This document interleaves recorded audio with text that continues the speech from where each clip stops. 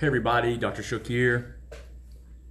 It is Sunday, August 11th, and I am working on writing a blog post, and I would much rather just do videos. I am not a fan of spending hours and hours writing. It's kind of interesting from a research perspective. And maybe that's something that I should do before I do live streams, because it does help me to gather information, but at the same time it is a tedious process and sometimes it's not so enjoyable. But anyway, I'm just about there. I hope. I've probably spent 12 hours gathering information and research on this blog post I'm writing on the best diet for Hashimoto's thyroid disease. Or what's the best Hashimoto's thyroid disease diet? And there's just a lot of information. There's a lot of brand new information. There's a lot of brand new research. There's a lot of things that we thought was the, well, there are more approaches now that need to be considered when we are looking at diet for, to support better immune regulatory function and to support better thyroid hormone chemistry. There's just a lot to consider, and there's a lot of great research, and there's some great testing that we can use and that we should use to help guide us with the best diet for each person. So excuse me. So I'm working on that, and then the other thing is, I wanted to let everyone know, like, I haven't done very many live streams. Hopefully I'll be able to do one this afternoon, but I don't know if I will for sure. But we've been, our enrollment for our Transformation Challenge, which is the dietary, lifestyle, and supplementation recommendations that I've found most people need to begin with, and changes that they need to make to best improve thyroid function, thyroid physiology, and improve the immune system and the immune regulatory function. We've put that into our Transformation Challenge, which is a guidebook and video-based program, and the enrollment closes today.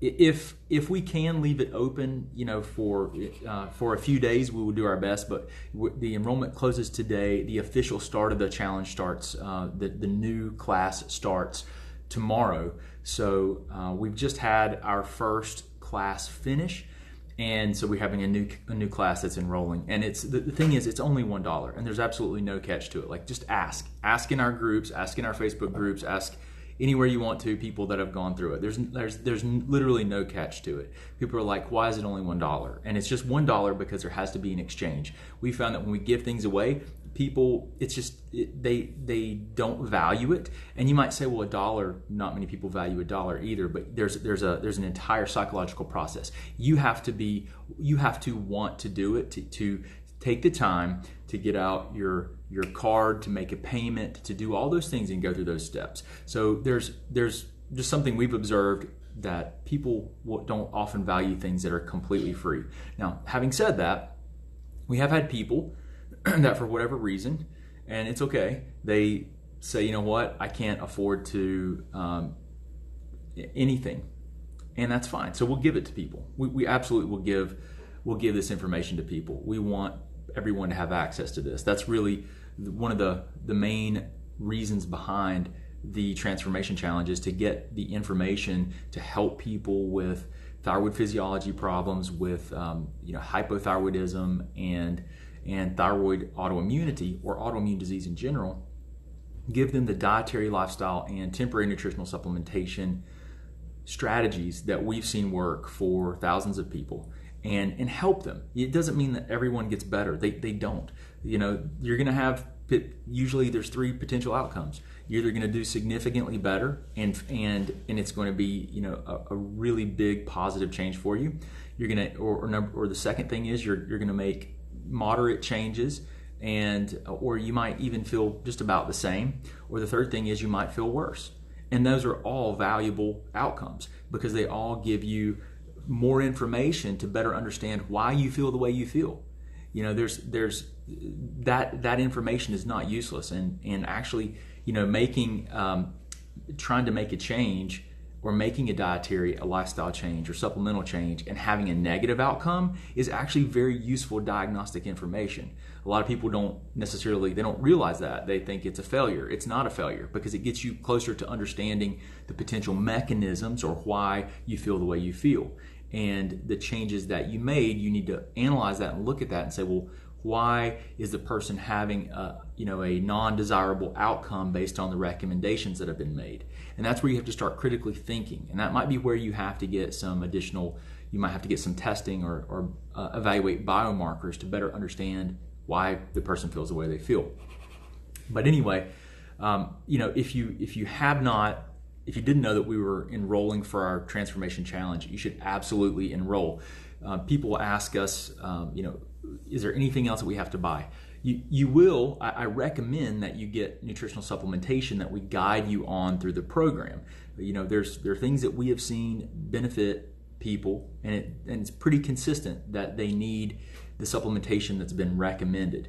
Now, you don't have to do that. You could just follow the dietary and lifestyle recommendations, and there's nothing to buy but changing your food. But I would highly recommend that you purchase the supplementation and use the supplementation that I recommend. It's very, very helpful at filling in the nutrient needs that you may be missing to help with better immune regulatory function, with better thyroid hormone physiology, with better biotransformation and elimination of toxins, hormones, things from your body, to improve gut health and digestion, to help heal intestinal permeability, to help balance blood sugar. It's been designed to help you with the major primary problems that we see that are happen to people that have thyroid dysfunction, thyroid physiology issues, thyroid autoimmunity, and it's been laid out for you pretty simply there. But anyway, if any of you have not done that, you should definitely join the challenge if you're interested. This is the best time. The entire purpose of this video was really to talk about the second best time of year to make changes with your diet, your lifestyle, and your health. And right now is what I think is that best time, because it's like the almost mid-August. Okay, so there are no really traditional holidays to get in your way, and a lot of times if you have kids are going back to school. So the benefit of that is that you will start to have some sort of routine, whereas through the summer there's usually not much of a routine. Okay, it's a lot of things are changing, right? Especially if you have kids now. So there's some normalcy to the daily routine, okay? So that makes it easier to make dietary and lifestyle changes because there's more of a schedule that the whole family's running on. So if you don't have kids, then that's not as big of a factor. But for me, I know that it is for me and for my family and for a lot of the people that I work with. There's some routine that it becomes a little bit easier. So this is a really good time because you can really set yourself up. So our challenge, our transformation challenge, is 6 weeks, okay? So the first 2 weeks are organization and planning. So you're really not missing anything if you start the transformation challenge, and the first 2 weeks, you're just learning what the changes you need to make, what they are. And you're organizing yourself and planning so that you can be prepared to make the dietary changes and the lifestyle changes and start nutritional supplementation the last 4 weeks of the program. So 2 weeks of organization and planning, 4 weeks of actual implementation. And so you've only got, it's a 4-week program of really making changes, right? So it's a perfect time of year to do this. There's nothing, it'll set you up for the last part of the year. And hopefully you'll be able to carry over or continue actually the dietary changes and things that we recommend if you've had a positive outcome from them for the first, if you go through the challenge for the first 4 weeks. If you've had positive outcomes, hopefully you can continue those throughout the rest of the year with ease. But this is a perfect time of year. It's like now, really probably the best time of year to make changes is when? It's like what, New Year's, when most people are making some kind of resolution and a lot of people as a whole are motivated to make change. However, this is a fantastic time of year and a window of opportunity for you. So if you're considering making dietary changes or you're trying to figure out how to best help yourself, you can use our challenge, which is laid out for you. For $1, you absolutely, I challenge you to find something better because I want to know if you do, I want to know if you find something better, because we're always looking to improve what we do in our challenge, our dietary program, our lifestyle-based recommendations. Everything that I do, I'm constantly trying to update and make this program as good as it possibly can be. So if there's anything that you are all finding that's helpful, please do let us know, because we want to make our program the very best that it can be to help you guys help yourself. So let's see. I'm going to I'll post a link in the transformation to the transformation program. It's just thyroidprogram.com if you're interested in it. Well, as soon as I get this blog post finished, I'll post it into the groups and probably do a video and just share the link with you so that you guys can read it. But it's a really, I'm just looking at my references here for this blog post that I'm working on, and there are something like I'm over 25 references. It's crazy. And there's just so much more. I feel like there's so much more information out there and so many more things that I need to talk about. It's kind of like I'm going down this rabbit hole. So I've been sitting here far too long. So, okay, I'm going to go exercise a little bit. Hope you guys have a wonderful day. I'll try to do a live stream later.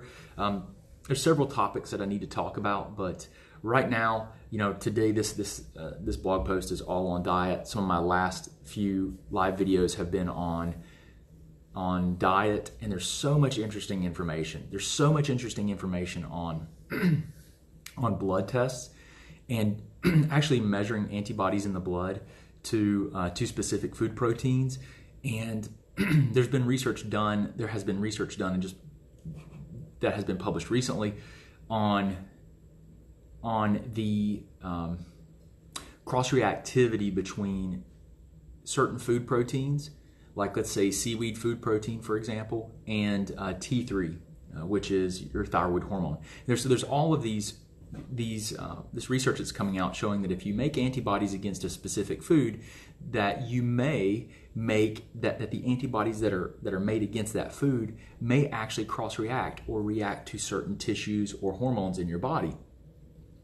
So for the example I just gave you is how seaweed protein may, if you make antibodies against it, those antibodies may actually attach themselves to your T3 hormone. So it's a cross reaction because the antibody cannot tell the T3 hormone apart from the seaweed protein.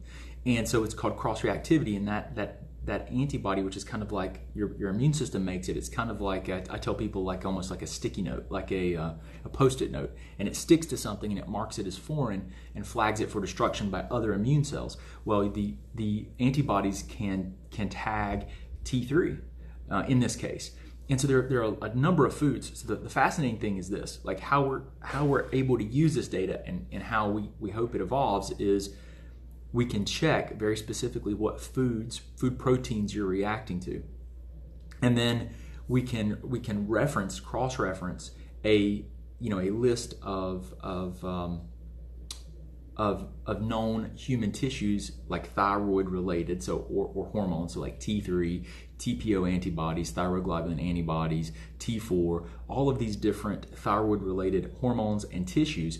And we can see if antibodies against, let's say, seaweed, for example, if you make them, they're likely to cross-react, to, let's say, T3 or TPO. We can say, look, we know that you have reactivity against seaweed, so let's remove that from the diet because that's more likely to cross-react and cause immunological reactivity against your thyroid, either hormones or thyroid tissues. And so we can be more specific with the foods that we eliminate based on the likelihood of the antibodies made against those foods to react to your thyroid tissue or your thyroid hormones. And this is something that I think is going to revolutionize how we support autoimmunity. It's based on this concept of molecular mimicry, how foods that you consume can cross-react or have similar protein structures to human tissues and hormones and whatnot, and how the antibodies that you make against those foods may actually react against your own tissues.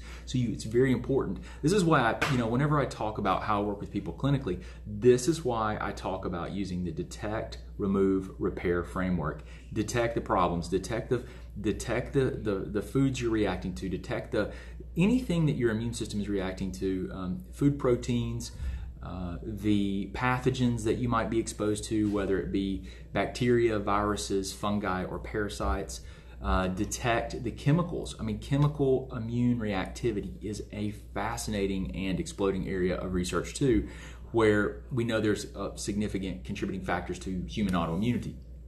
So these are all things that that are really important and part of the rabbit hole I'm going down here. But this is not something that is necessarily new to me. And I've known about, like what I just shared with you about this cross-reactivity and stuff for many years. It's why I've been a big advocate of people doing quantitative testing, so we can look more at their unique, what I use the term bio-individuality, and we can better figure out like what is your individual unique drivers of the immune response.